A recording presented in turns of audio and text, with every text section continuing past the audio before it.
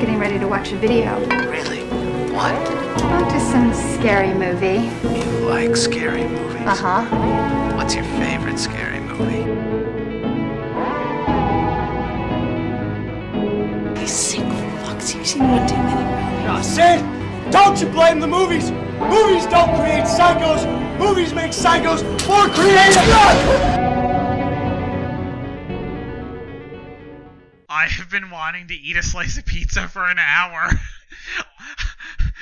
I was literally like, can I get away with hitting mute on my headset and eating while they talk? And then I'm like, no.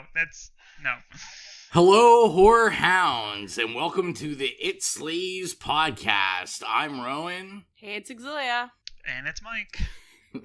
And this is another bonus episode. This is the reign of Exilia. Yeah. What a treat. What a treat. Queen Exilia. She had all her picks, and then she won the fan poll pick. We haven't really come up with a good name for this yet. People should leave some suggestions about that.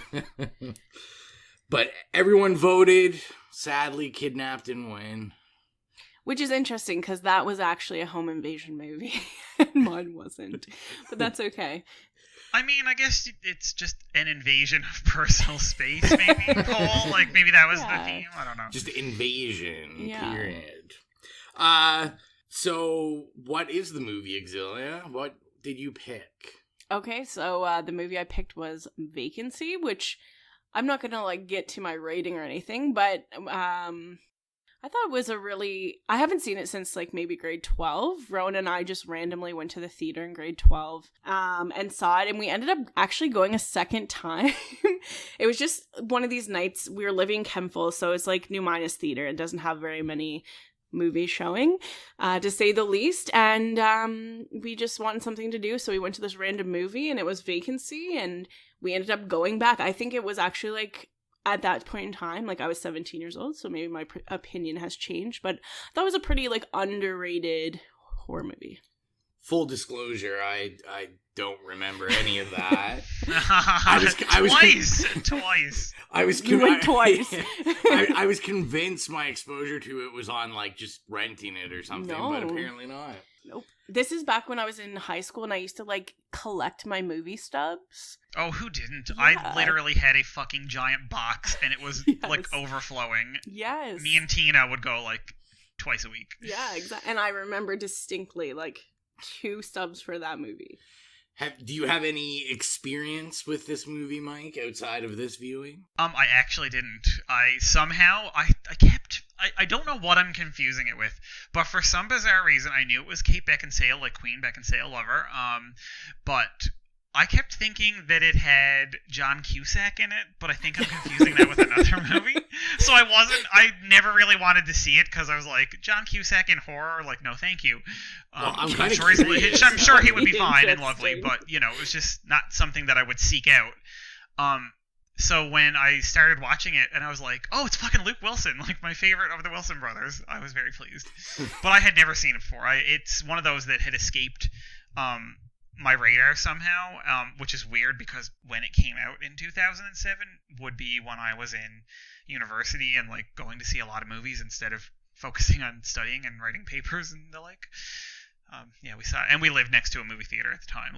You could spit on it from our apartment. So usually we'd have a few beers and then just go see something. We saw Black Swan 4 times in theaters. Awesome. But this one somehow came and went, even though it was a Kate Beckinsale movie. So. Oh. That's what I don't know if I mean. I guess it was in terms of me saying it's underrated. I had never heard of it. I had never seen a commercial or anything for it. No, it was not heavily promoted at all. No, and even now, I've never heard anybody talk about it, to be honest. So before we get too much into it, we need to do this. We got so excited about this movie, we just started talking. So Vacancy from 2007, and we're going to play the trailer right here. This isn't the interstate. I took a shortcut. To where? Son of a... How can I help you folks? Do you know a garage? Not this late. Meanwhile, I'm wide open here.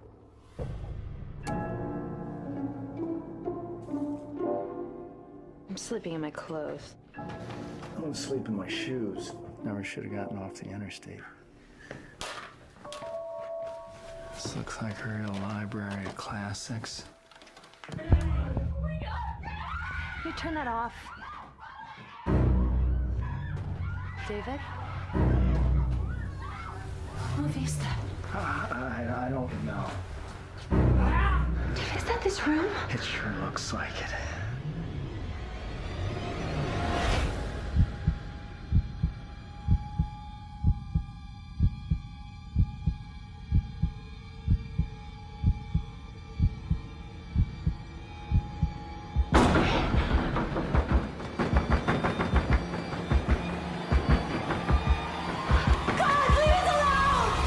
Please, David, don't go out there. Look, if we stay here, we're gonna wind up like all of them.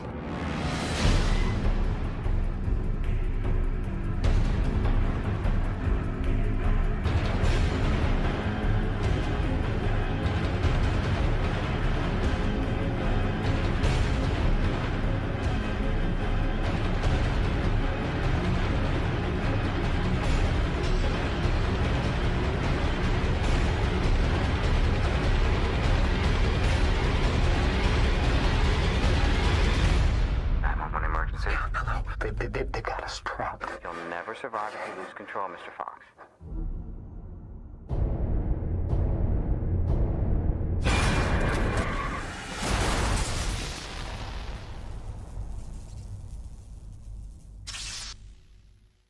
And now we've played the trailer. Yeah, that was such a great trailer. I mean, the visuals just If anyone It popped. doesn't get the joke, I put it in after. it We popped don't off. actually watch the trailer.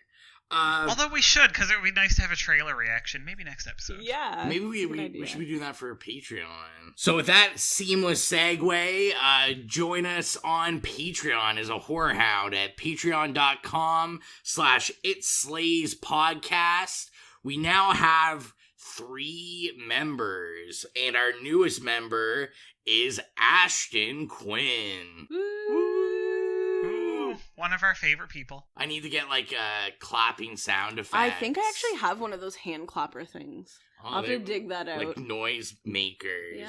Oh, I have one from a parade a couple of years ago. Yeah. Oh, wait, didn't we all get that? Oh, I think it's from the Pride Parade. Yes, it was. Yeah, Yes. CBC was giving them out.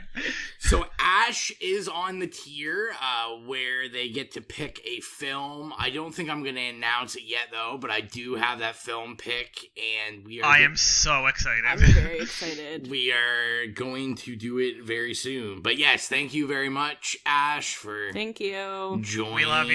I'm so excited for this pick because Rowan and I recently took a trip, I guess, in October to like the filming location of this movie. So it'll be fun to talk about that. It's fun. And I should also add that this is unfair because I don't know what it is. Oh, you don't? No. Oh. This is going to be a reveal for me, too. Amazing. That makes it even better. It does. It's delicious. But on a sort of tangentially related side topic, I was going to ask you guys before we got into the movie, like, what you were reading, if anything. I mean, I'm sure you obviously are reading something because we're all reading something, or many things in my case. But I don't know. What are you guys into? What are you digging? Well, last week I finished my final paper for my final class of my master's. I still have to, yeah, Hand really. clap.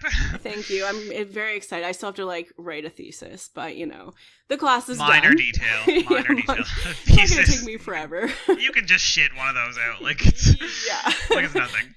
So now that I don't have any class, reading journal articles all the time, I actually started 2 new books. One of them I started before, but then kind of got caught up in schoolwork. It's called The Sum of Small Things, A Theory of the Aspirational Class by Elizabeth Currid Halkett. I'm just like such a sucker for like studying class and stuff like this. And it's really interesting. I'm not super far into it, but it's talking about more like cultural capital and the new elite class isn't really based on financial situation is kind of the thesis, and more just about minimalism and elite behavior, buying organic stuff, like being very environmentally aware, etc.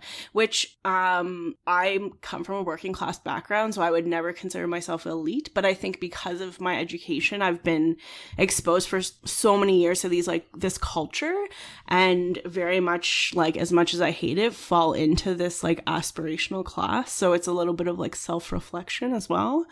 Oh yes, and you do love your social theory. It's bread and butter. And I just started Welcome to the Monkey House, Kurt Vonnegut. It's a collection of small stories. I've never read that one. No, I just started the other day, and honestly, I've only read one story that was 3 pages. It was about being from Cape Cod, Massachusetts. But so hopefully I'll read a bit more of that. But what about you? Very literary. Very literary. I'm not that smart. I definitely am not reading anything educational like that. Well, that's okay. That doesn't mean you're not smart. Well, I am smart. I'm trying to humble myself down. Oh yes, the humble host here. The humble host. What am I reading right now? I am halfway through. I'm reading Authority by Jeff Vandermeer. Oh, spectacular. Yeah, I love it. He is peerless, absolutely peerless. Yeah, there's nothing I haven't read from him that I didn't love, but I finished Annihilation a couple months ago. I still haven't seen the movie in full. It's great. I know. Everyone... I'm gonna give it another chance. I read the book first, and any of that stuff, I went into the movie, and I was like, oh, it's not the book. But yeah, I'm reading Authority right now, and then I just bought volume 1 of Grant Morrison's Swamp Thing run. Ooh, I bought it a while ago. An unheralded classic. Yes. So I'm getting excited for the TV show, so I thought maybe I'd do some reading, because it's been a while since I've read some Swamp Thing, but that's about all I'm really reading, just nerdy sci-fi and superhero stuff. How about yourself, Mike? Well, I've got several things juggling here now. I just finished The Prime of Miss Jean Brodie, which is kind of a nerdy English lit major novella, really. And I just started this collection that I have been wanting to read for years, but it's huge, and so I've been sort of putting it off. But it's called Shaking a Leg: Collected Writings by Angela Carter. And I don't know if you guys have ever read Angela Carter. She is my intellectual, literary, aesthetic anvil. I was forged upon her, iron surface. She is this novelist and short story writer, but she was also a journalist and wrote lots of essays and articles, and she wrote mostly during the 70s and 80s and early 90s, and then she died of cancer. But she was sort of a magical realist. Oh, cool. Really cool aesthetic British woman, but she wrote a lot of really cool progressive feminist stuff. Her best known work is this one called The Bloody Chamber, which is a collection of short stories, but it's all classic short stories reworked through a really intense aesthetic feminist lens. I own that one. Yeah, it's really great. The opening story out of it is one of my favorite short stories ever, and there's sentences in it that cut you open. They're so beautiful. And it's the Bluebeard story. But, and instead of, her getting killed at the end, the bride, when she discovers, the room of torture horror, and instead of, her husband coming in and killing her, her mom swoops in on a horse with a sword, and saves her day. It's amazing. So yeah, this is a huge fat 700-page collection of all of her, like I said, she was a prolific journalist and essay writer, so it's just all sorts of insane recollections, and she traveled to Japan all the time, and just book reviews and articles about contemporary culture, and like I said, she was this really cool progressive, insane, woke British white woman feminist. Anyway, it's brilliant. You read that for your English class at MUN, didn't you? Lucinda. Oh yeah, okay. So the English professor that you went to school with, Lucinda, what's her name? Barnes something or other. Yes, I don't remember her last name. But you know who I know who you're talking about. Yes. You read that for her class.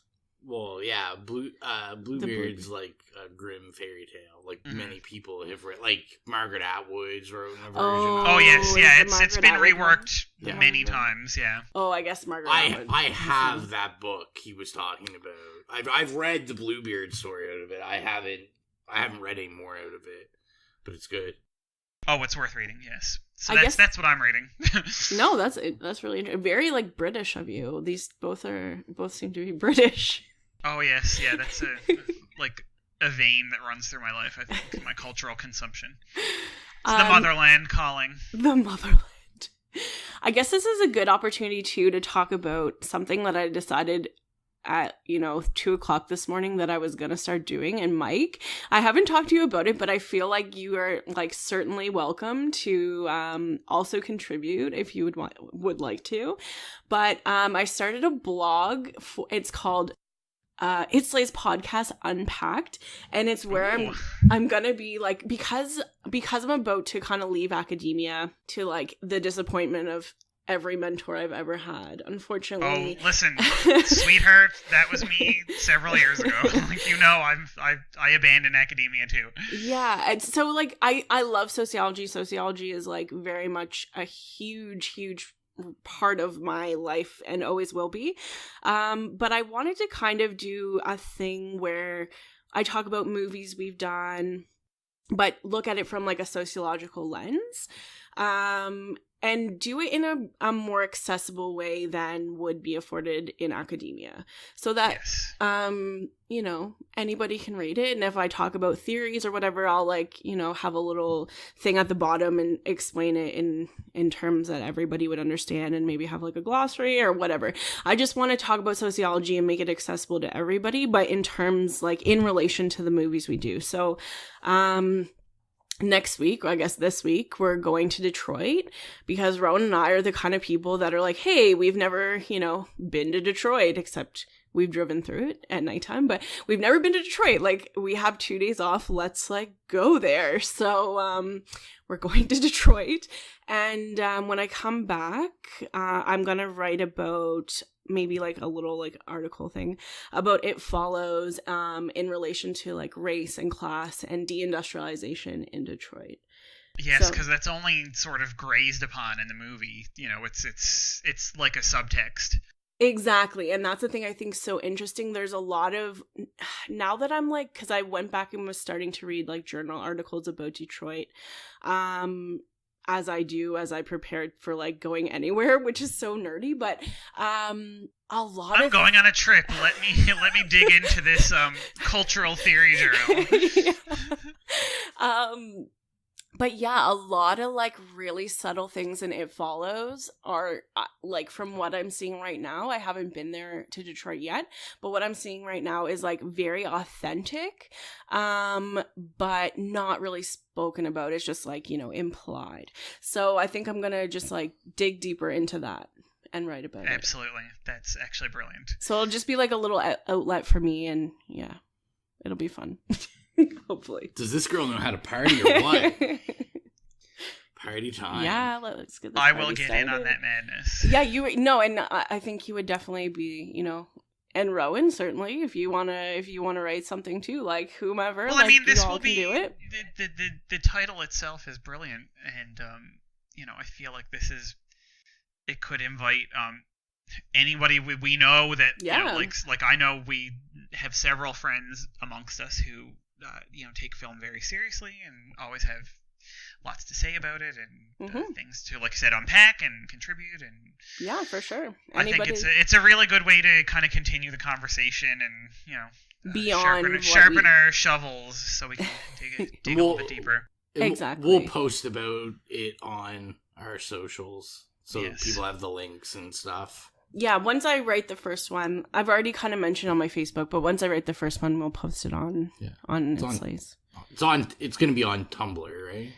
Yeah, because I was looking at, I don't really know what, is cool for blogs these days, but Tumblr also gives me the opportunity to, there's people there that are already existing on that site, and then also like I can do like pictures that people contribute to. So I don't know. To me, it was better than like WordPress or whatever.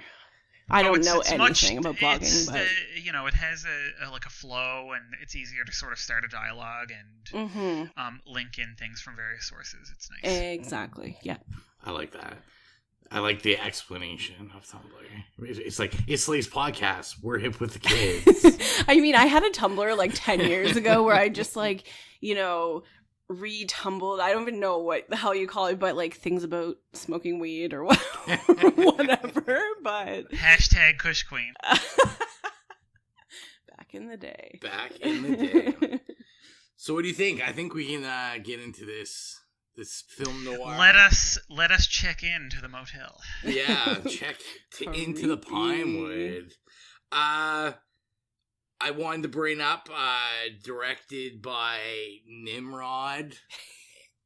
Anatol. I just find that name so unfortunate. Like, he's such a Nimrod. To be fair, it's not a word that gets used very much anymore. I feel like that's sort of faded out in the 90s. Oh, I feel like my family might use that word. Well, let's not use them as a cultural barometer. Okay. I went and looked at his filmography. There's not really anything to note other than he did the remake of The Predators with Adrian Brody. Oh, that was actually great. I loved it. I'm almost ashamed to admit I love that movie. I did not know that he directed that. I haven't seen that in a very, very long time. But, yeah. Other than well, that, the last time I saw it was, shall we say, potion enhanced, so I maybe enjoyed it more than I would on a normal day. But that was the only thing of note that he directed. Everything else, we have this film on Blu-ray, so we watched the special features, and he's from Hungary? Hungary. Yeah, he's from Hungary, so I think a lot of his films were kind of like indies from there. Although I didn't find he had an accent of any sort. He just sounded American. Yeah, I don't really know anything about their accent. Me either. Yeah. I thought they would have one. Well, you know what's funny? This is like half of my notes on this movie, and they're interspersed throughout, and I was gonna save it till the end, but I might as well shift it to now. I guess, to me, the interesting thing about this movie is the talent, and when I was watching it, of course, because this was my first viewing, I had never seen it before, which I think was maybe a good thing, and I also kind of wish I had seen it in theaters, but that's neither here nor there. But I feel like the success of this movie, if that's what you consider it, is largely on the back of the cinematographer. Because the whole movie, I just kept like marveling at how beautifully shot it was and how brilliant it was. And it turns out the cinematographer is a storied... he has a fucking insane resume. Like, it's crazy. Yeah. Pulp Fiction. Hackers, American Psycho, Cube 2, which I know sounds stupid, but like I love the Cube movies and they're very well done, so... Shout out to Canadian film. I love Cube as well. Auxilia hates it. Okay, watch Cube online, everybody. This is one of those movies that we talked about in the introduction when Rowan forces me to watch it, and I don't want to. I'm not in the mood, and then he still makes me, and I hate it. One of us has to pick Cube at some point. So maybe if I rewatch it, I will like it. Perhaps. I was gonna say when we started this, I just know Auxilia immediately turned to me and said, "These are really long. This is like a really long intro." It's a very long introduction, and almost like has this like a spy movie vibe for some reason. I think movie too, it's the opening. It's the opening credits. Yeah. Because that was the note I made. It was so 60s, like, thriller, like Hitchcockian. That's exactly what I wrote. I was like very 60s Hitchcock, kind of like thriller inspired. The score, because I mean there's really only kind of one piece of music in this whole film they just reused. They used it like 4 or 5 times, yeah, because it's mostly like mostly musicless, really. Yeah, and like even like the music, like I felt like I was watching kind of the 60s. Yeah, and that disorienting, like cool, old school, like Saul Bass, like the text and stuff being like flipped around and like coming in and out. Like I just thought that was and then like a really cool effect, you know, disorienting. And then how it turns into like the license plate. Yeah. But again, it's like the cinematography and stuff. Like it's more the visual of it. I find like the direction is fine. Like, do not get me wrong. I'm not slagging on him, but you know, like to me that cinematographer does a lot of heavy lifting, and the opening credits, whoever designed that as well, obviously. The first scene, right when we get to like the car with the license plate. Okay, now that I've seen The Invitation, I was drawing a lot of like similarities between this movie and The Invitation. Okay, absolutely. First of all, that opening scene in terms of like the animal and the car and like him almost hitting it, although he didn't hit it, thank God. But there was like that aspect. Their kid was dead, and the like mid-century modern like aesthetic, and they also had a pattern that was like very similar to The Invitation that was throughout the whole thing. The squares, yeah. So I'm like, maybe the whoever like had those, you know, responsibilities on The Invitation drew some influence from this movie. I don't know. Maybe they also saw it 2 or 3 times in theaters, and it's, you know, it struck a chord with them from a design level. Well, and it's also in California too. Like the themes, like we're talking about, like I mean, in The Invitation they're already separated, but in this they're separating. There's the death of a child that's like in some sort of accident. We don't really know. She also is like, he says that she does like, you know, has Zoloft and Prozac and whatnot. Obviously in The Invitation we see Eden taking pills. Like there's a lot of like really like little things that I feel are too coincidental for them to not have been somewhat influenced by this movie, weirdly enough. Yeah. Oh yeah, I feel like you know, Karen Kusama or whoever wrote it probably had seen this multiple times. Probably had a soft spot for it. It was like, I was bored, there was a theater. There was a theater. I mean, those are the best happy accidents, I think.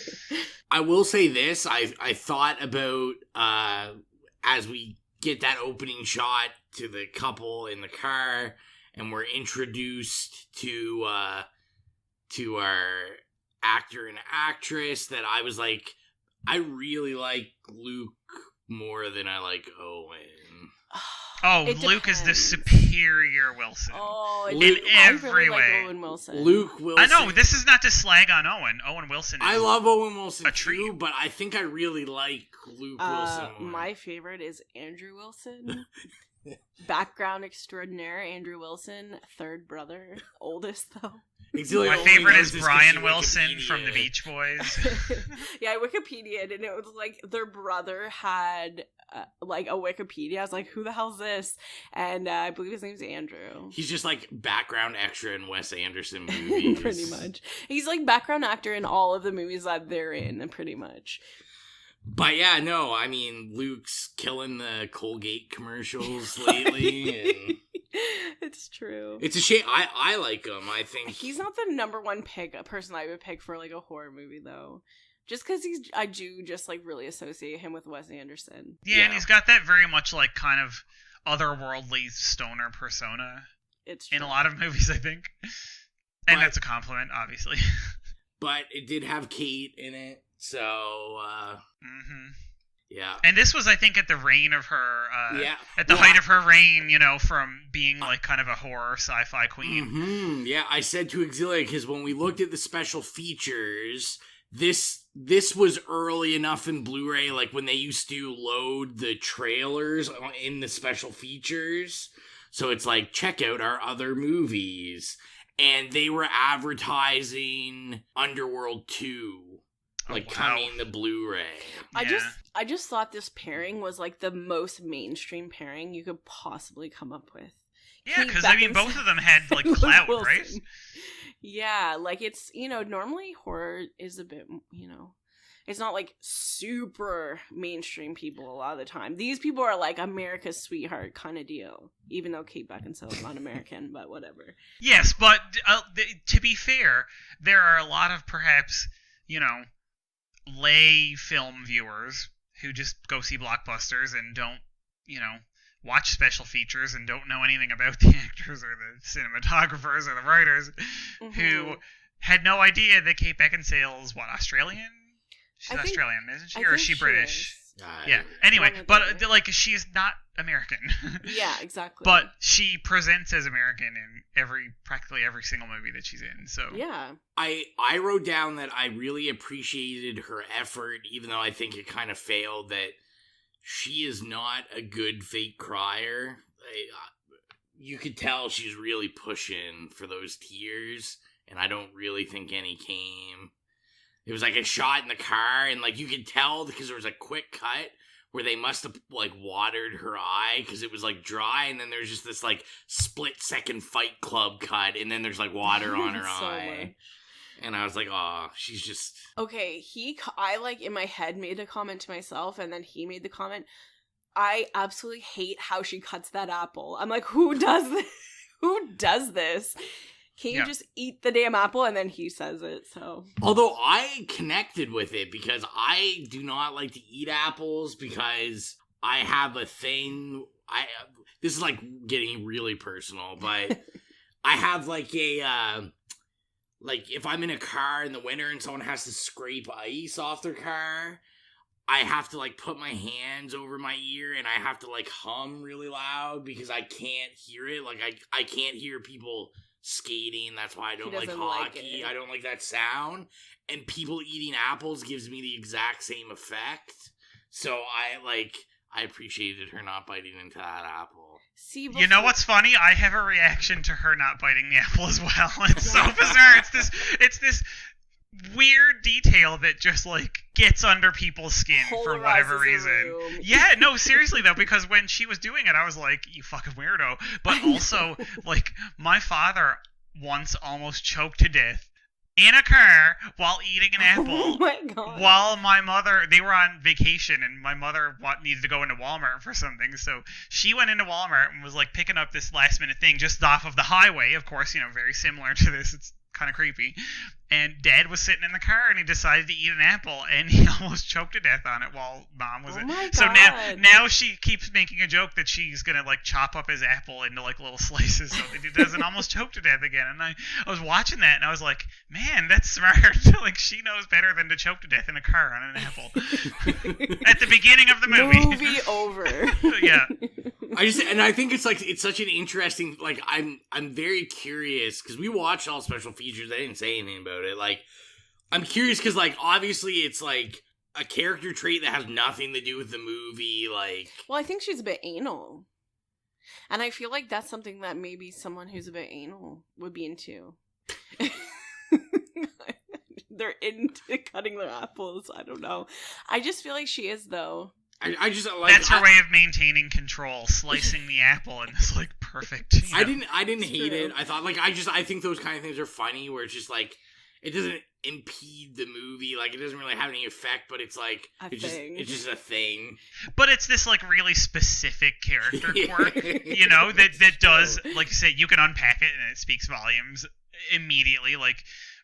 She has these moments, obviously, where they draw out and it's the two of them are fucking sniping at each other and, she's being a real icy bitch. But to me, all that snappy dialogue at each other says less about her character than her whipping out that weird knife and cutting up the apple at 2 o'clock in the morning in the middle of nowhere on the highway.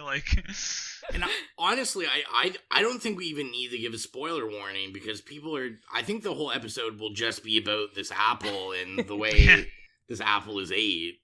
Well, before I became allergic to raw apples, I ate the core and everything and the friggin' what's it called? The stick on it? The stick. Oh my god. You need help. You need help. I just ate the whole thing. It was fine. My friend, I can't believe I did not know this about you. We have known each other for 10 years. I just like this contrast that Exilia is doing this It Slays podcast unpacked educational essays. I can remember. But she eats the stick of an apple because she doesn't even know it's a stem. Apple. I totally forgot the name of it for a second. Like, you're eating part of the fucking tree. Like, it's kind of hard to like chew through and stuff, but you just yes, because it's a tree. It's a tree. You're eating a tree. Get it in a couple pieces and just swallow it. You know, waste not, want not. Like, as my mom used to say. And she did waste that apple. She had one bite of that apple. And what was the thing? Like, I guess. And then there's a bruise on it, and you just chuck it in the garbage, right? I guess maybe Exili's right. Like, well, maybe it's an anal thing. Yeah, because she cut her finger, and then it was on the apple, and she's like, "Oh, I can't eat this apple anymore." Like, what do you think's in your body? Your blood. It's like, true. She also sucked on her thumb, like, to get rid of the blood, so you think it wouldn't really bother her, but who knows? Okay, since we're still on the apple, I did have another issue that I was going to make a note about and didn't. And it was at the very end of the movie, but it came back to her eating the apple, which is clearly, like, the primal scene of this movie, because we're just stuck on it, like, in this Freudian nightmare.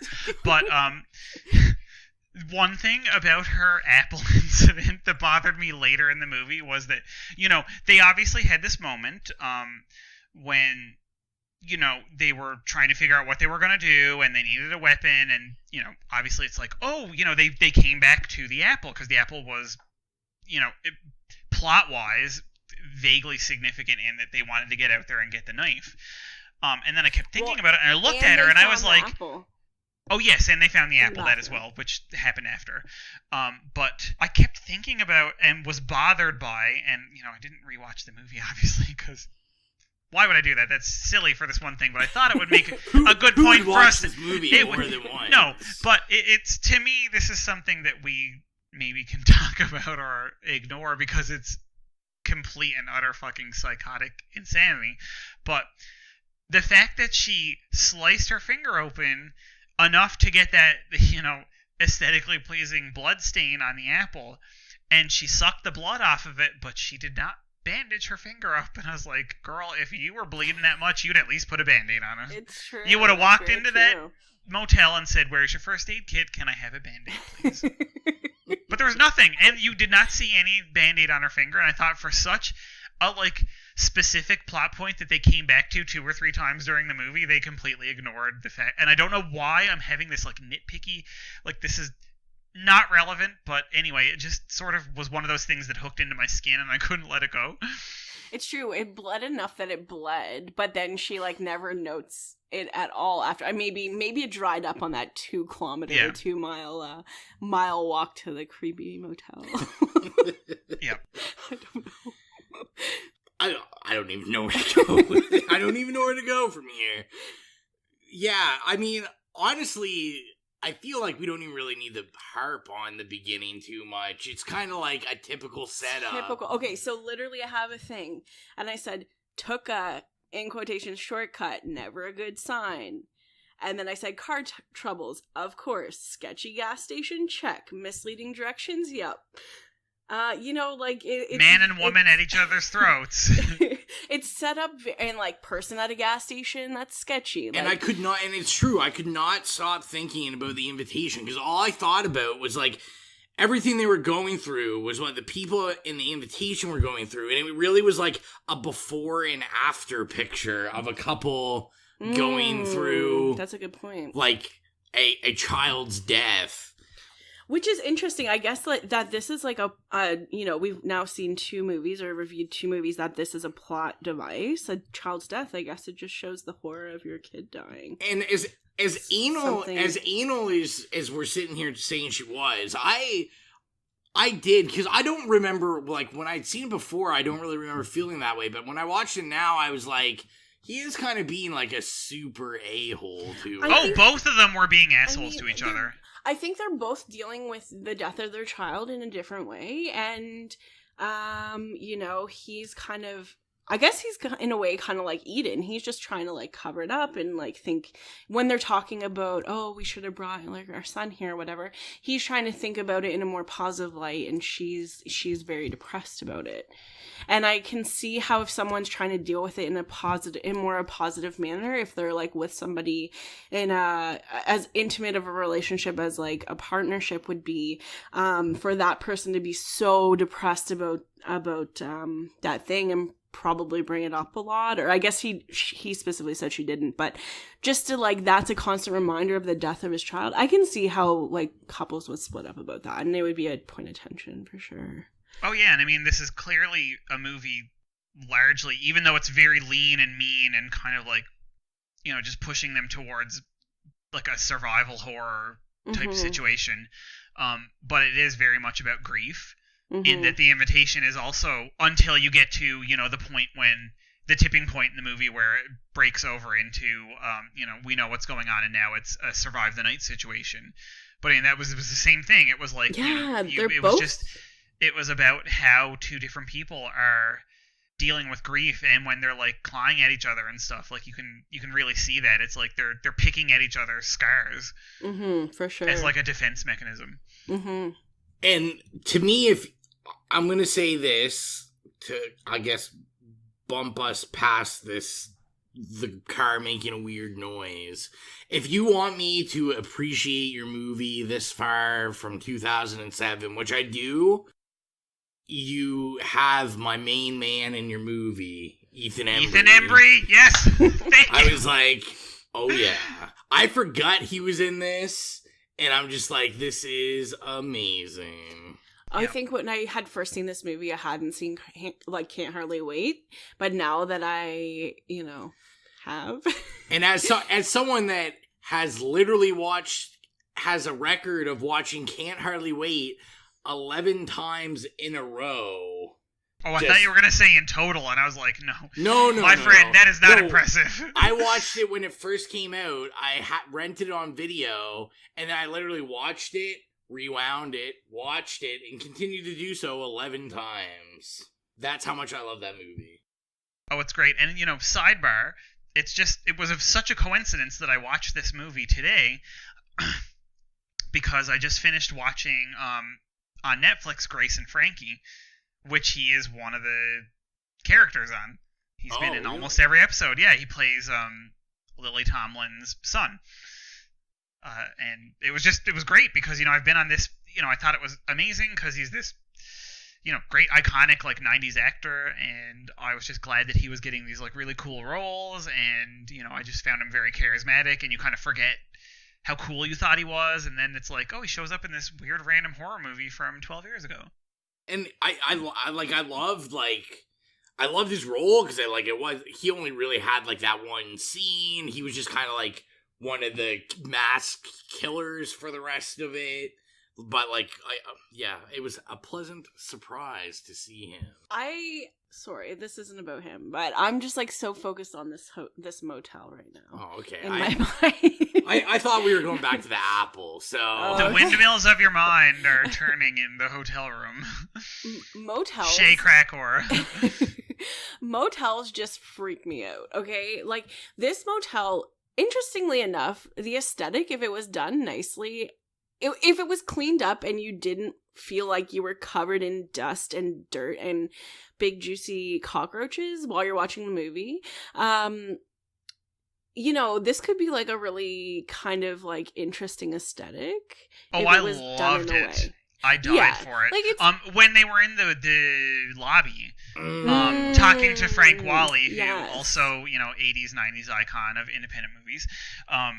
Him and Rowan have the same glasses, by the way. Yes, we do. Icons. And icons. I was going to save it for the fun facts part, but I think for people, if for some reason you're listening to this and you didn't watch Vacancy, to get the momentous how amazing it is that he's in this, we are talking about Brett from Pulp Fiction. Yes, and you know, the cinematographer of Pulp Fiction. It was just such a great combination of talents. But it's like it has like the aesthetic is very trendy at this moment in 2019. But it really reminds me of this. Okay, so in Nova Scotia on the Bedford Highway, which is like essentially Bedford is like a suburb of Halifax, there's a motel called Esquire Motel, and this is the vibe it's giving off, and it's always been giving off this vibe when it was not, cool. And it very much reminds me of this motel. And it also reminds me of a motel that my family and Rowan and I went to in Martinsville, Virginia. When my dad used to be really into NASCAR. And we were driving to Florida one time, and my dad decided we were going to stay in Martinsville, Virginia to go to a NASCAR, not even a NASCAR race. It was a NASCAR truck race. Okay. And what is that? Some kind of qualifying round? Like, it was an interesting cultural experience for sure.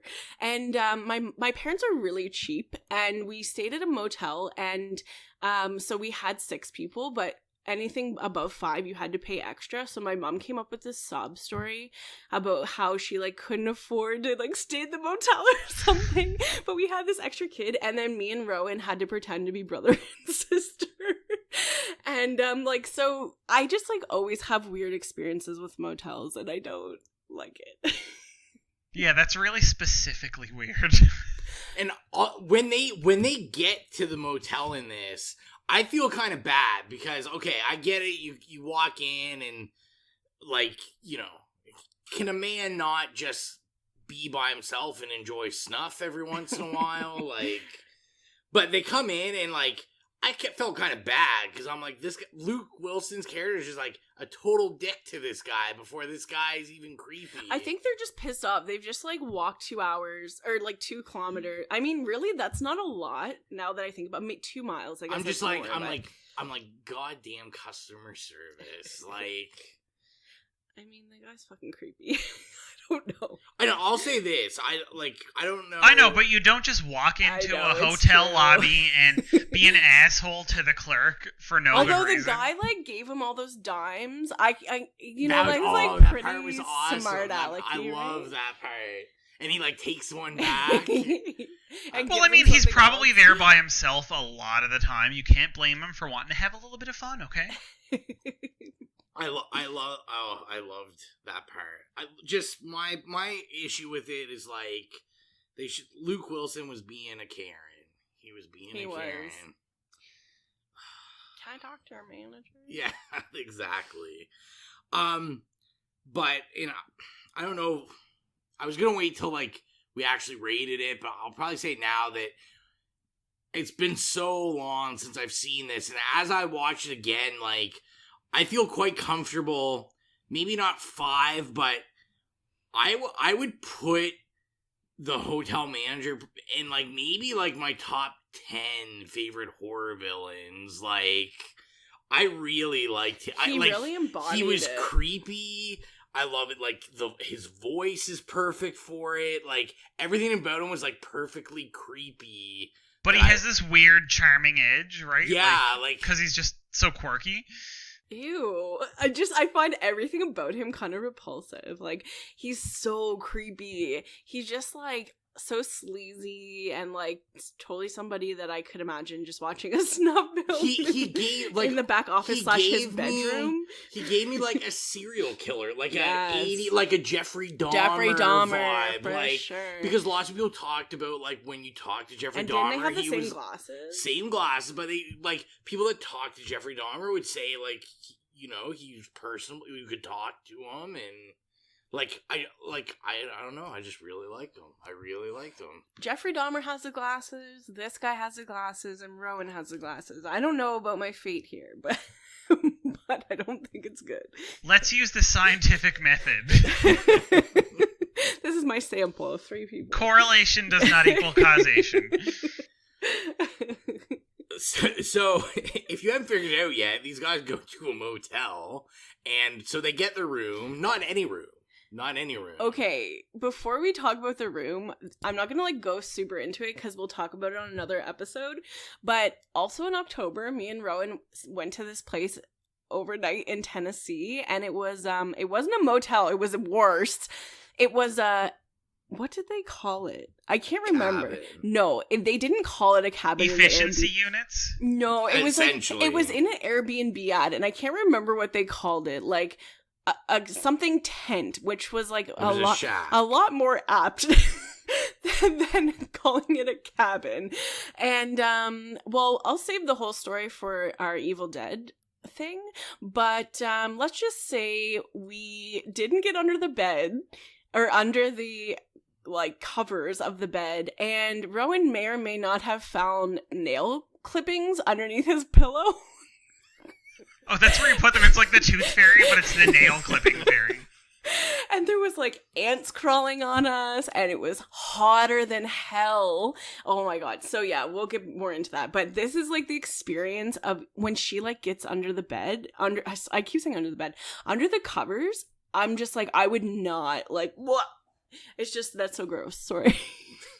No, it's just so funny that you mentioned that, because one of my notes was that I felt like I got parasites just looking at the blankets and the carpet. Every time they showed a shot of the carpet, I was like, I can feel the bed bugs jumping onto my body and like giving me bites, and I could see the rashes that I get from it. Like, it was just, but it was so brilliant. Like, they really it was so grimy because the movie itself is so, like, the aesthetic of it. I found it like, and before I realized that it was this guy that you know, did the cinematography for a lot of like 90s movies and 90s thrillers, you know, I kept marveling and like noting how it really seemed to aesthetically and in every other way really recall like kind of classic 90s like 80s like thrillers and stuff. Like, it was really like lean, but it was like shot really nice and looked good, and it was really kind of like stylish and clean.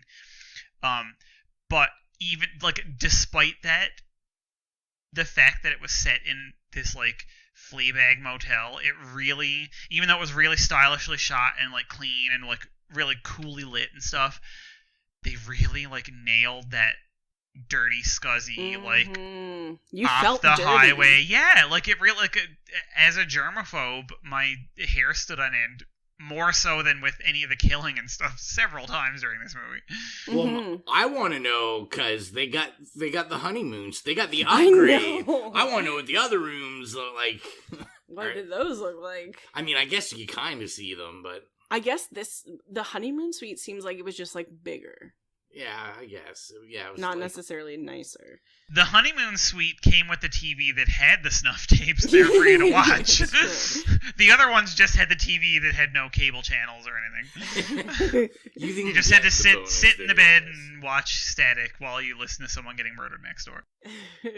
I wonder if anybody ever stayed there that didn't get murdered. They're like, no, let's not kill them and film it tonight.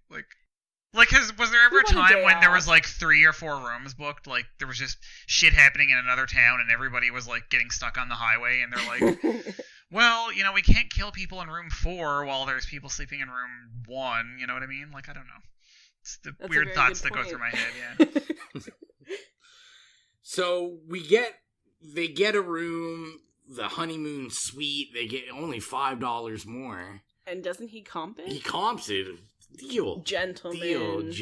Gentlemen. Yes, he comps it because they're too cheap to even, and like irritated to even go for the $5 deal. Unless and he's like, no, I gotta get these assholes into this room, so I'm gonna have to comp it. I can't even make an extra $5 out of it. He just wanted to kill them and get an extra $5 out of it. He couldn't even get that $5. But they get in the room. And, I don't know, they talk about how it's dirty, blah, blah, blah. And Kate Beckinsale does her #1 acting technique in this whole movie, which is rolling her eyes every 20 seconds. Like, she acted with her fucking eyeballs in this entire movie.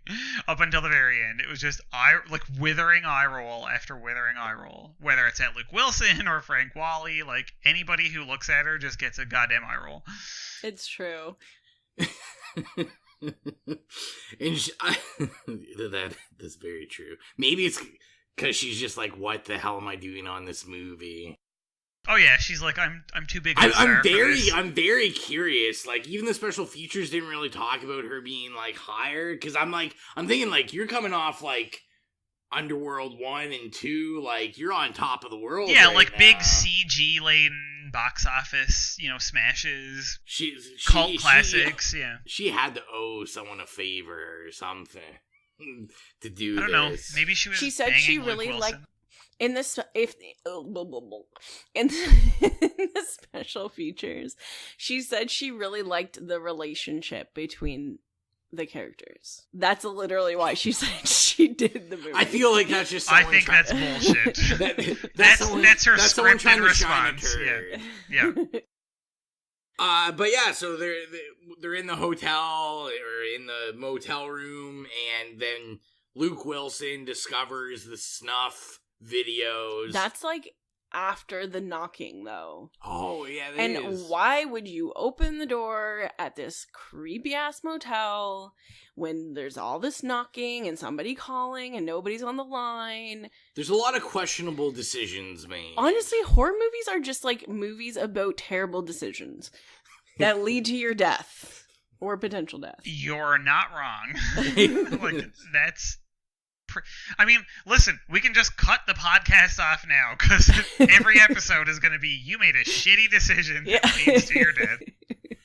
But you and your friends are dead, the end. What I want to know about the snuff films is, I feel like it took him a really long time to figure out that was the room. Like, the minute I see the video, I'm like, oh, it's that room. Well, yes, because it has those beautiful, like, wrought iron trellises around it and everything, which I made several notes about because they were so gorgeous. But, yeah, it's like, hello. Yeah. And those hideous chair and table next to the door, like, it's... Yes. But I will say, like, I thought I thought the videos, like, I love the way they were made, like... Oh, one of my notes was actually that the horror that they go through after, putting the pieces together and realizing that they are in peril, is nothing compared to... Those movies were, like, horrific, and then the ensuing, like, kind of, like, bloodbath, fight for survival...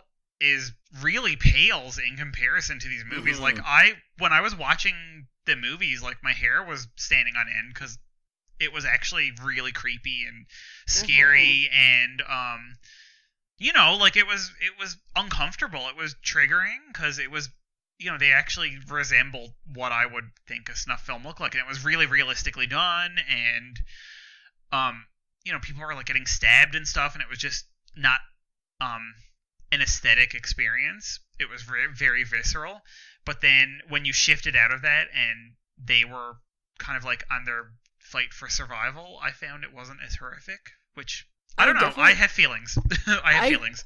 I agree with that. And then the special features, they kind of talk about those fights, because one of the special features is to show actually like an extended version of the videos.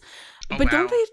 don't they talk about how they just kind of like let the people like be? Yeah, so I'll bring that up outside of like doing facts about it. Is like they actually shot those videos the first day of shooting. That was the first thing they shot, were the snuff films, and yeah, they gave totally free reign where they set up the cameras and the microphones and had the actors, and there was actors and stuntmen and stunt women. Oh yes, because there was a lot of like throwing around of people, and it was improvised. But yeah, and the stunt coordinator in the special features talks about that they made sure not to tell anybody what they were gonna do. Like, it was just total improvisation. So it was like, the minute each video, when they got into the hotel room, they just improvised. So that's nuts. That's why it seems so authentic, because it is. Yeah. And like, because there's like one where they're like hanging a guy, like they're trying to hang him and everything. Yeah.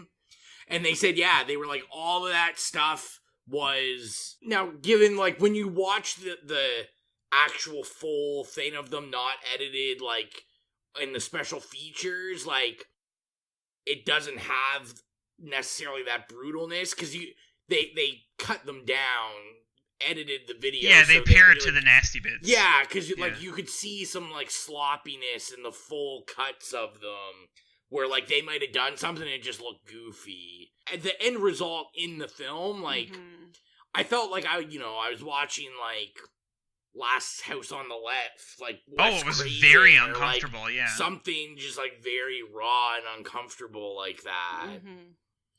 But yeah, like those were probably like some of my favorite parts of the film in general. Well, it's sort of similar, I find, and I don't know if we'll talk about this at any point in the future, but like when I watched The Ring, the remake, not the original Japanese ones, the part that sort of affected me the most in that was the video, and not the horrors that followed it.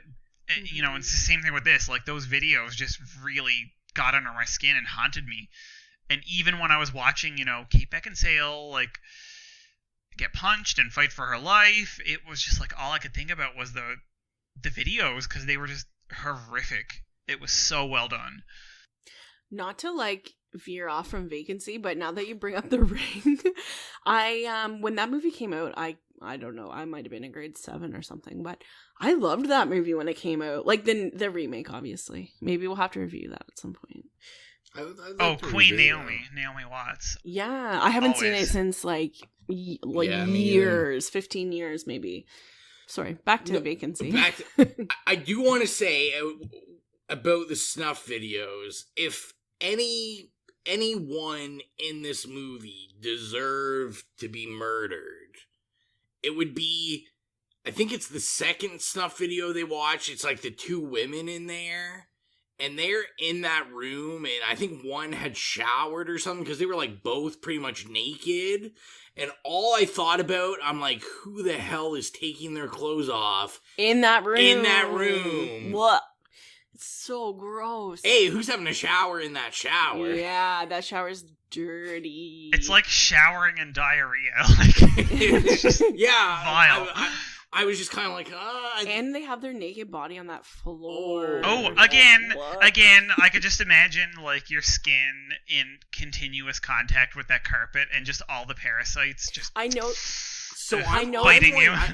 I'm just wondering, is the death that these men brought upon them maybe less painful than probably the diseases carried in them from touching this room? Well, it was a quick death as opposed to a long, slow poisoning of the blood from the various parasites that you get in that hotel room.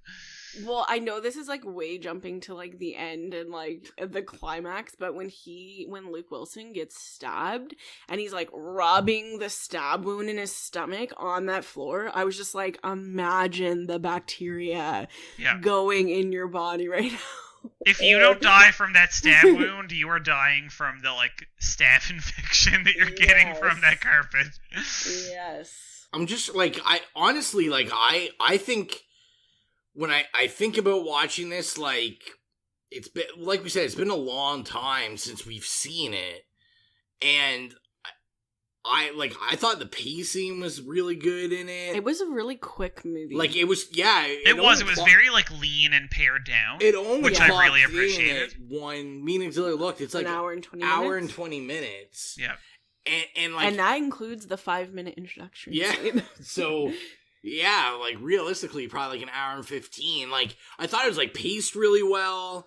For kind of, I don't want to say, like, mainstream, but for something I think they were aiming at a more non-horror audience for. Like, I thought, like, the scares in it were pretty good. Like, I thought there was, like, some cool jump scares. When he's, like, at the window, the guy in the mask. Oh, yeah, Auxilia jumped at that. That is my worst nightmare. When somebody's, like, malicious. Okay, I know we talked about, like, looking at through people's windows at nighttime in a previous The Invitation. Oh, my God. In the Invitation one. But, like, for someone to do it maliciously is actually my worst nightmare, and it freaks me out. And it's, like, something a fear I've had for a very long time. When he does that, I jumped. Also, who is fitting through that window? They're like, oh no, there's nails in it. We can't go through it. Who the hell's fitting in that tiny ass window? Anyways, yeah, that's freaked me out. But yeah, and all I was saying was like, I think, and like they do the kind of that quick shot where the camera's looking at Kate, and then you're seeing like the kind of the backgrounds, the bathroom, and then like the lights are going on and off towards the beginning, and then one of the times they turn on, he's in the background, and then when they turn off and on again, he's gone. And while the power's going on and off, the movie's going on and off too, which I thought was a good touch. Oh, Yeah, me too. I actually made a note about that because you know, like, even though it was in 2007, it was such a callback to the 90s. And again, I didn't realize, like, the cinematographer was, you know, kind of like at his peak in the 90s. And it's like everything is so analog in it. And I guess, you know, plot-wise, it's because, you know, they're out in the middle of nowhere and, you know, it's like behind the times or whatever. But I thought, like, the analog nature of everything was really cool. And I did note that when the power was going on and off, and I thought this is kind of like what's cool about like this analog technology is that, you know, if that was an Apple TV they were watching, it would not start up again, but like because it's analog and it's this mechanical thing that's literally turning in circles, like when the power comes back on, it's just gonna pick up and keep going, you know what I mean? And I just thought that was like a really cool small touch. Yeah. That sort of speaks volumes and might be lost on some younger people who are watching it. That's true. And I mean, most of I feel like where we normally really do like a breakdown, I feel like it's almost a hard movie to break down because it's like the setup is like a very well-known, it's a very tropey movie. Like they're stuck on this motel property, they're going in and out of the rooms, like they're being chased. I mean, that kind of is the movie, but I think there's like a lot of great, like I said, setups. I love the scene where Luke Wilson runs to the phone booth, and then he calls 911. Also, something a lot of younger people aren't gonna get either. Using the phone booth. Well, I mean, it was very like Night of the Living Dead. You know, yeah, it's like, oh, we gotta run out to the, you know, gas pump and try to escape. You know, it's this, like, kind of outdated, very analog, very, you know, kind of grounded real thing that you take for granted now. And I think, like, I mean, obviously, you know, I loved, like, the fact when he's in the booth and then the car, like, rushes and, like, runs over the phone booth, he jumps out. But, like, yet again, like, it's that performance of the motel manager. Like, it's just, he has such a great voice for it, where he's pretending to be the 911 operator. Oh, the delivery is superb. Yeah. and then because you kind of think to yourself, you're like, maybe just an operator. The area they're in, like, everyone kind of sounds like, has an accent or something. And then when he says, like, oh, Mr. Fox, like, you shouldn't be, like, yeah, I really think this whole movie, like, hinges on that. Like, if that guy wasn't good, I don't think anyone else could carry. His accent and his voice, I agree, is really adds something interesting to the movie. Yeah, I thought he did an amazing job. One thing I was going to say I thought was kind of funny, towards the end, so when they go into the other room and Luke Wilson puts Kate in the attic, which is weird. I didn't get why these rooms had, like, attics. But I was thinking, like, wouldn't the motel manager, like, know these rooms had attics? I mean, the sheer amount of upper body strength it would take to get up in that damn attic, I said I'd be fucked, because, like, no, there's no way. They had no assistance, so, like, maybe they just assumed it was too hard. Okay, that's fucked, because I literally have a note written here saying, how much upper body strength does that guy in the cellar have? There's so much upper body strength required in this movie, and I was like, these are not normal people. They are not normal. When they, like, push that desk. Okay, first of all, when they're in that room with that, like, counter I guess. Yes, that they just tip over and, you know. And he's like, she's talking, and he goes, shh, and then proceeds to, like, push over a counter and everything on it onto the floor. Like, I don't think her talking is really your worry at that point, because obviously they're going to hear you below. But then the guy underneath is, not only is he pushing up the thing for the cellar, but two of their bodies are on it. Two of their bodies. That's what I'm saying. Like, that guy in the cellar. Like, what? He's probably on a ladder or something, right? Like, you can't even use your whole body. Like, it's, what is your leverage there? And he's pushing up the counter, and he's swiping at them with one hand with a knife. Yes, like, so really this is like one-armed, like, the Incredible Hulk down there with a machete. Like, I know. I was just like, how is he doing that? I did love, like, I love the scenes where they're underground. I thought that was a really cool thing, because, like, that's something, like, I feel they didn't necessarily have to add. I mean, I think it's good because it adds an aspect that these movies typically wouldn't have. They probably wouldn't have underground tunnels. Mm-hmm. So, like, I really liked it. I liked it gives more of that claustrophobic feel. Yeah.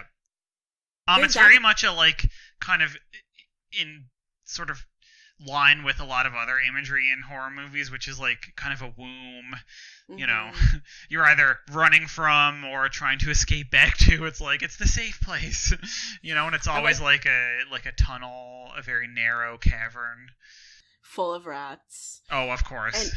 And I love when that one guy from the motel is running, and he looks like a friggin' spider monkey running. Like, the way his body moves, I was just like, wow. I want to know about, like, the guns that were up there, like, hanging up there. These guns were just loaded. Like, I feel like... And just hanging on a piece of wood that looks like someone's grandma made it. Like, decorative. Like, yeah. I thought they were, like, World War I guns. Like... Yeah, but that's the whole thing. They look decorative, but... But they're just loaded. Yeah.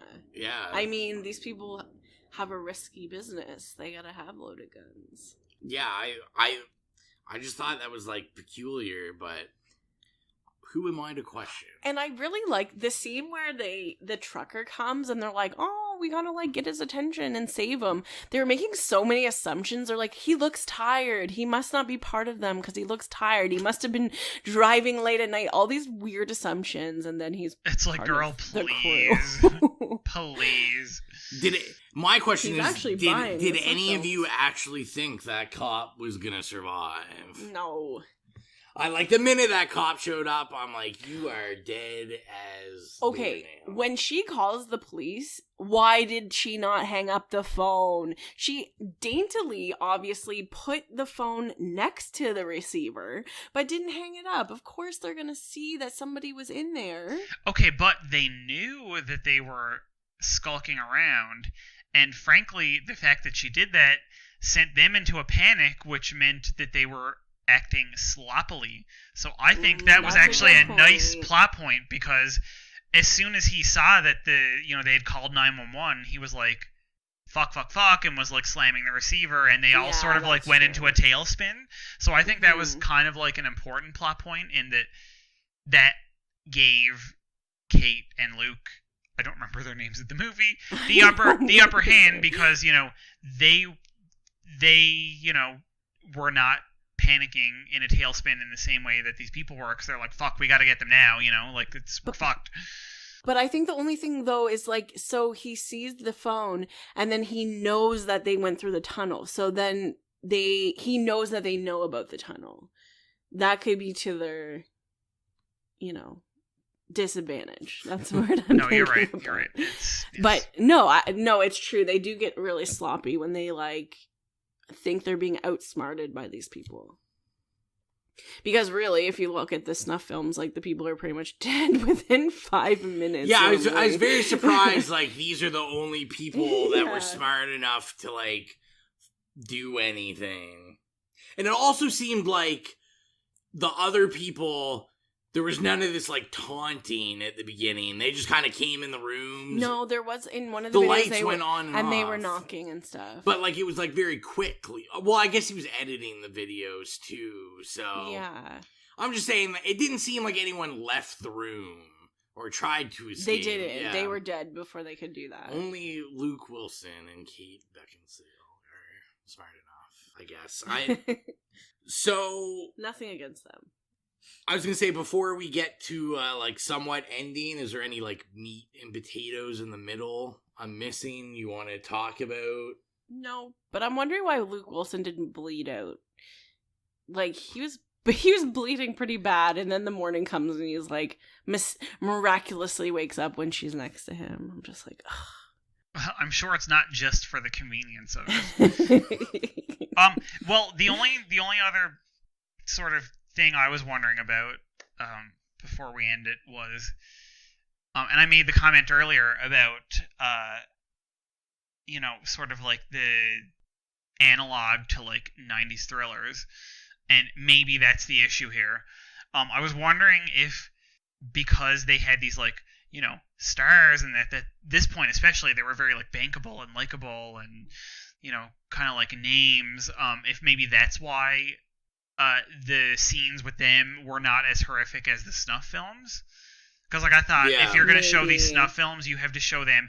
And it's funny because I don't know if it was the cinematographer or the writer, but one of them was involved with Martyrs, the remake.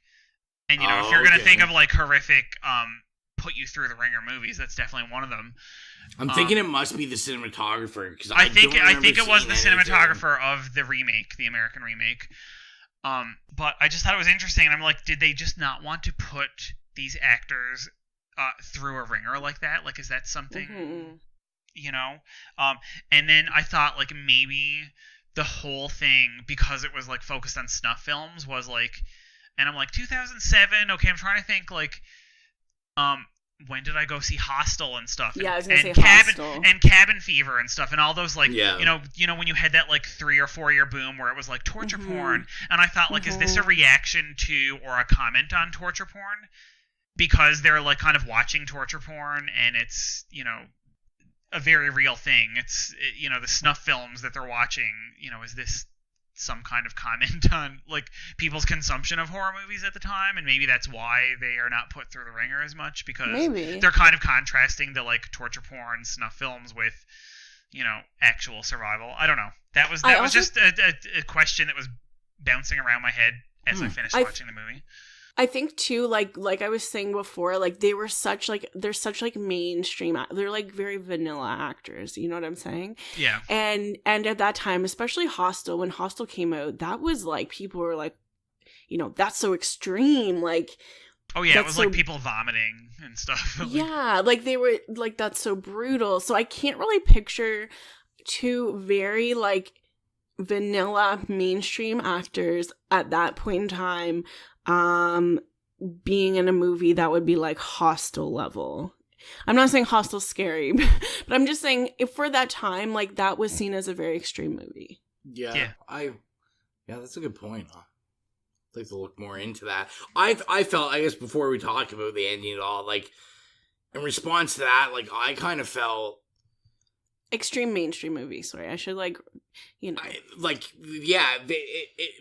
very mainstream, and I felt, to me, and especially after like just listening to the director and Luke and Kate and the special features and stuff, like, I don't think any of these people overly like horror movies. They kind of made it an example to, like, they kind of stated like, oh, like, we wanted this to not be, like, necessarily a horror movie. Like, we wanted to lean more on a Hitchcock thriller than necessarily. Which explains those opening credits, which do not jive with the rest of the movie, frankly.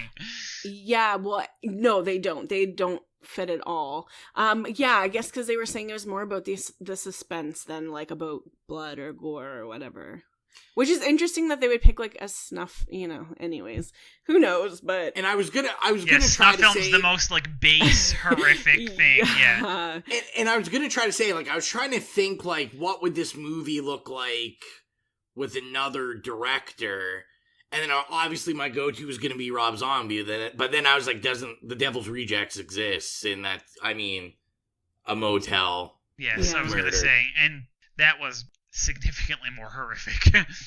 Mm-hmm. Even though it was less horrific than House of a Thousand Corpses. And I get it. Like, I appreciate with the kind of actors and actresses and stuff we have in this that they didn't want to go full out. I felt as a horror fan, I was like, I love the aesthetic of the movie.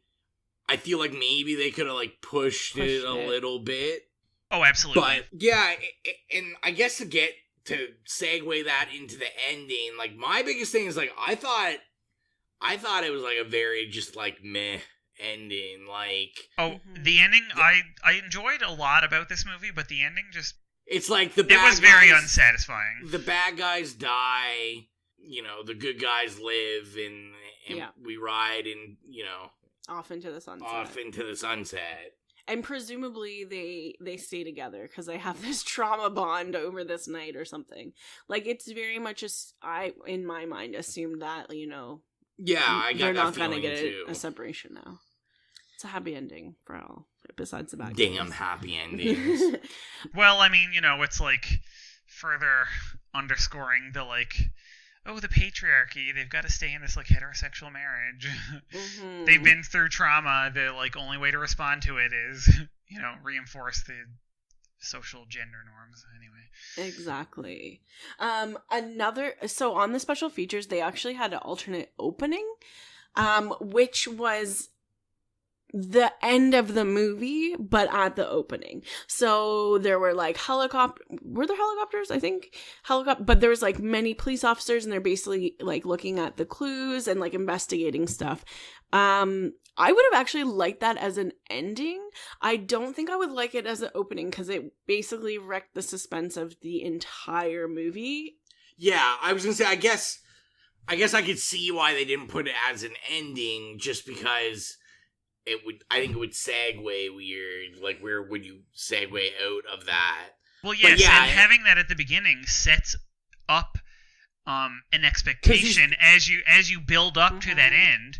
Which, frankly, again, as we talked about, like, they don't get put through the ringer like you would think they would in the setup, and it would be very disappointing to see, like, the helicopters and shit, and you're like, oh, man, this is going to be, like, a night from hell, and, I mean, obviously it was terrible, but it was not as horrific as it could have been.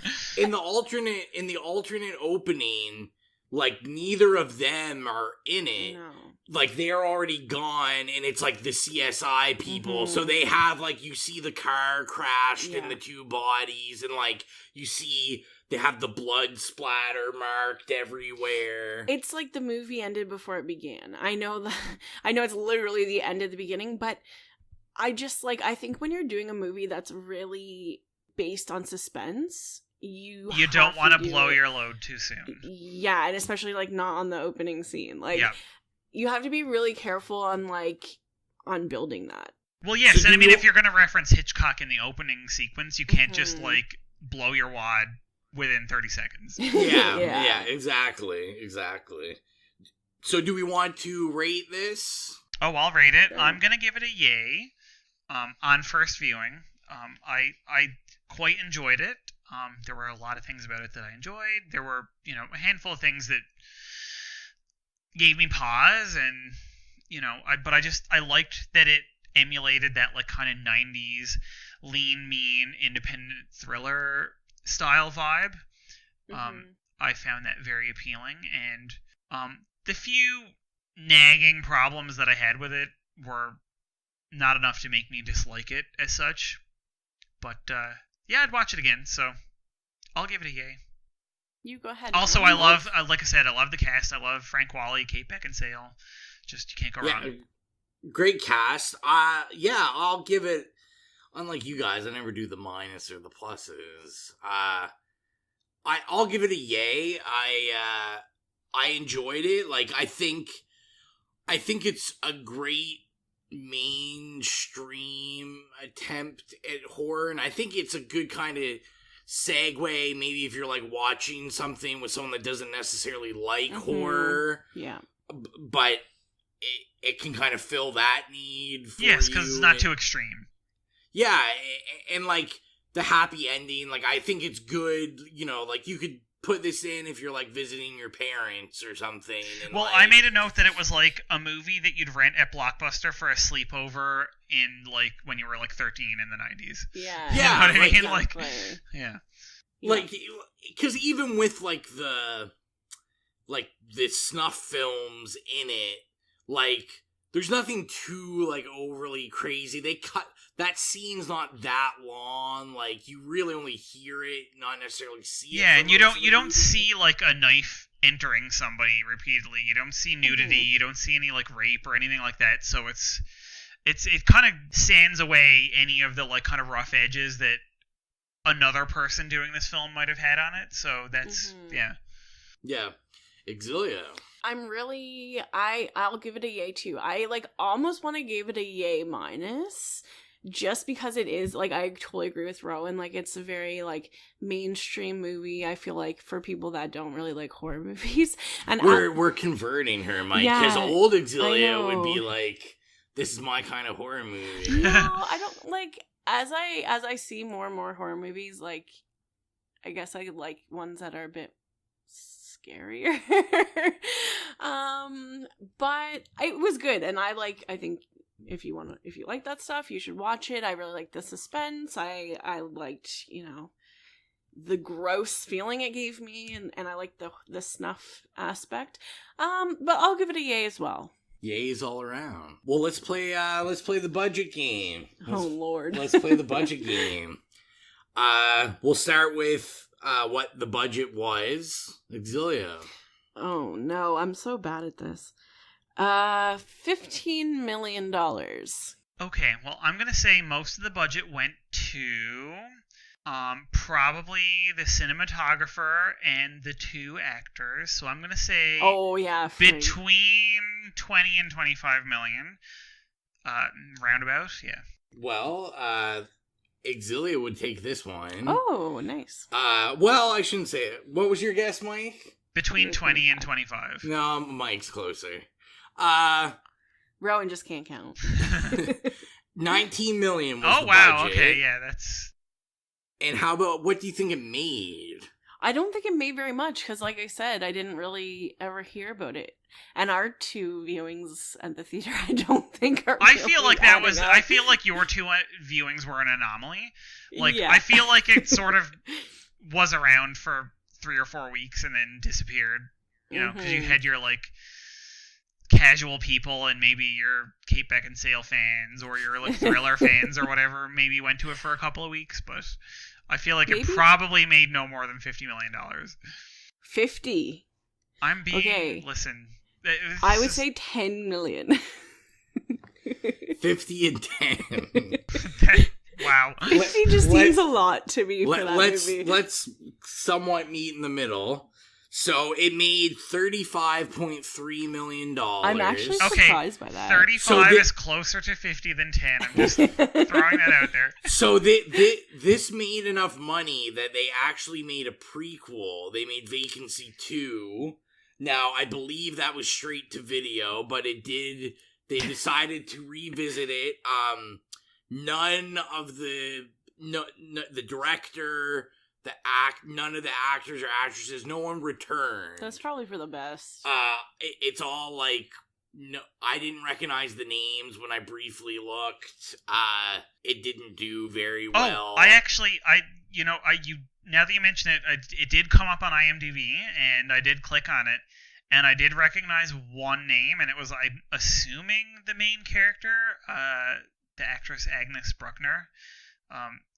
If anybody doesn't know, she was the main character in something that I hope we will talk about soon on this podcast, and it's Lucky McGee's The Woods. Yeah, oh, yes, yeah, yes. Yeah. Anyway, but she has not done very much, I don't think, since then. So, again, straight to video sounds about right. And God love it, this period in time when you still had straight to video movies and, like, you know, cheap ass indie cash in ripoffs. I love it. Now, in terms of like fact stuff, I don't have a whole bunch of facts. One of the interesting things, I guess, as we talk about the budget, was so when this released on DVD and Blu-ray. You mean video? Was it in the time of Blu-ray? Yes. Oh, jeez. 2000. It came in theaters in 2007. I didn't know Blu-ray was out back then. Yes. So when it came in DVD and Blu-ray, it was the beginning of the new style that has like the anti-theft prevention built into it. Yeah.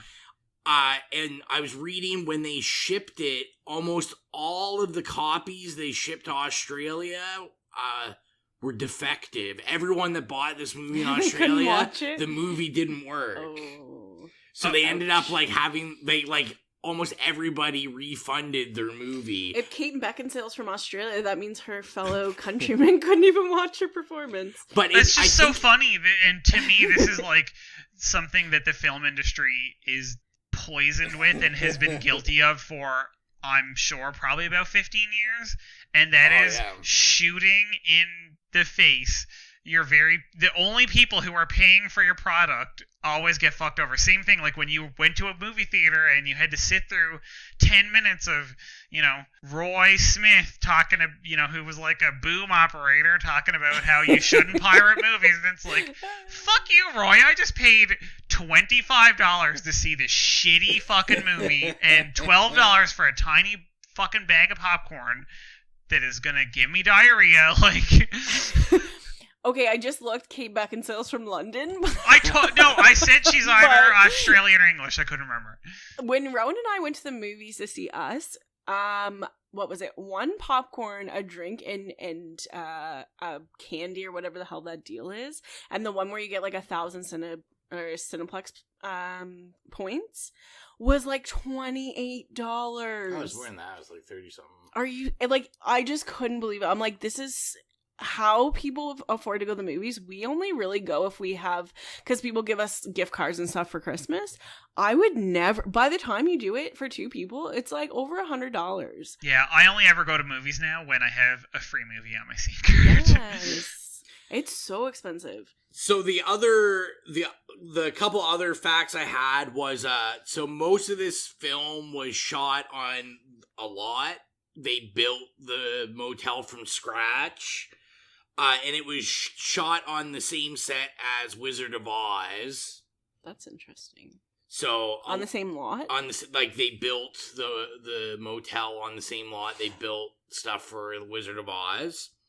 I only have 2 more facts. So one was that Kate was not the first choice for this film. This film originally was supposed to star Sarah Jessica Parker. Oh, wow. Sarah Jessica Parker? That'd be so weird. But her and Luke Wilson do have a history. They did one of my favorite movies together, The Family Stone. I've never seen that. She would have been so popular back at this time, too. Well, yes, this would have been her, peak Sex and the City phase. Yes, yeah. And my guess is that's probably why she didn't do it. Yeah. She was like, no, that's okay. And I have HBO bankrolling me. The only other thing I had was that it's kind of been documented that Kate Beckinsale actually voiced how much she hated working with Luke Wilson, because she said every day he would show up hungover and underprepared, and he was always late, and he didn't know any of his lines. This is why I love him so much. She apparently went on record saying that it was not a pleasant experience, and she did not care for working with him. Didn't care for working with him. That's very polite.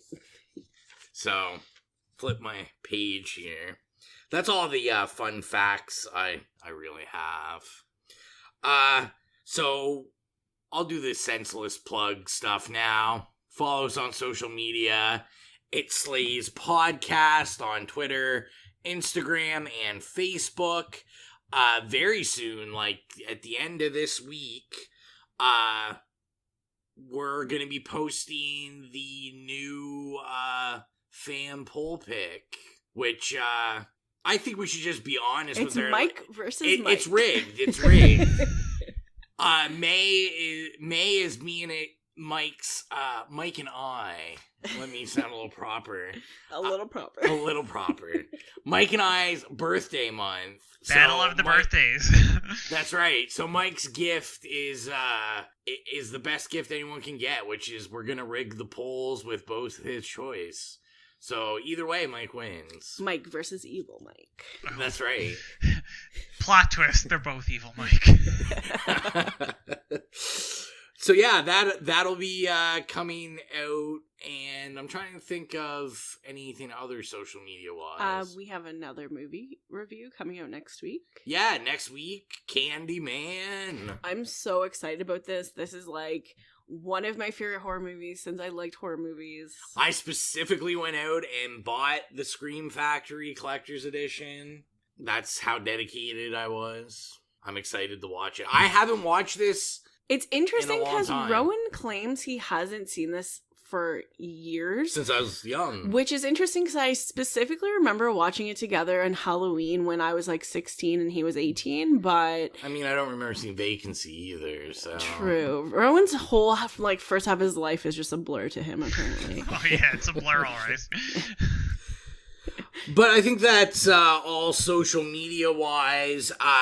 So we did want to announce, and Mike doesn't even know, but so we got entered in a contest that we didn't know we were entering in. Maybe you can explain better where we went. And so this weekend they had a pop-up neon sign museum at this place called Junction House in Toronto here in the neighborhood The Junction, and I just thought it was cool. I like neon signs. I was like, we both have Sunday off, let's go down and check it out. And basically I think they're trying to open up like a permanent neon sign museum in Toronto, and this was kind of like to gauge interest, I feel. So we went down, we checked it out. It was pretty cool, and they had little neon signs for sale, and they had a sleigh one, and I was like, oh damn, like I should buy this, but we're going away, I don't want to spend the money, so that's fine. So I took a picture of it and I posted it on our Instagram, and on then our It Slays one, It Slays, and it said slay.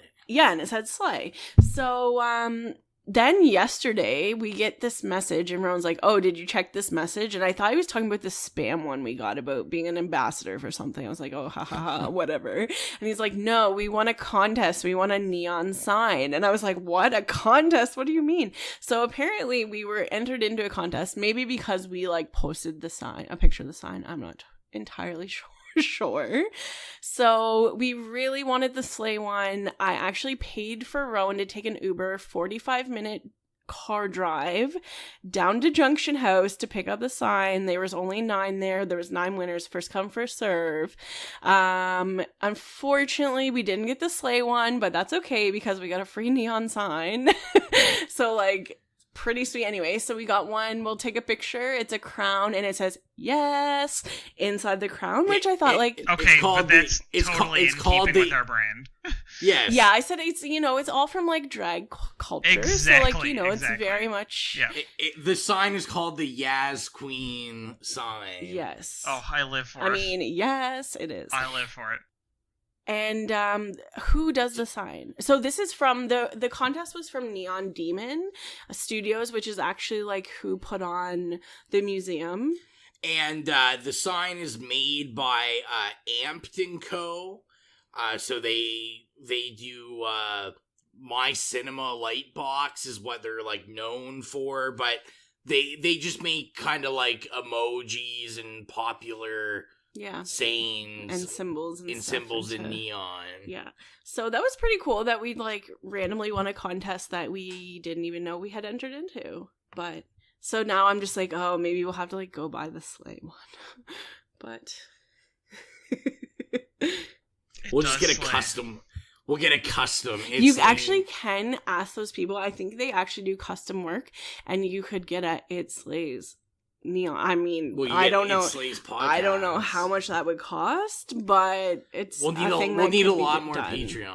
Yeah, so if you want sure us to get a neon It Slays, Yeah, like, I'm sure it's not cheap. If you want us to I was get gonna a try to It's make Nice some. podcast I was neon gonna make sign. a witty porn comment or something, but I didn't. Oh my god. Mike- Anyway. Mike gave the wink. He knew what was going on. He knew what was going on. I opened the door, you just didn't run through it. Fully walk through Yeah. it. But I think that's it. We say it. I feel like we should say it at the end of every episode. Thank you very much for all the support. Even like episode 1 is still getting listens. We're picking up some traction on YouTube. I see those are getting played more often now. So if you're listening on YouTube, thank you for listening. Hit subscribe. Yeah, I think that's all for this bonus episode. We're coming back next week, so don't Be too sad. Be too sad. So as always, I am Rowan. Thank you very much. Do. Bye, Zigzalia. Mike saying, God damn it, I love pan pizzas.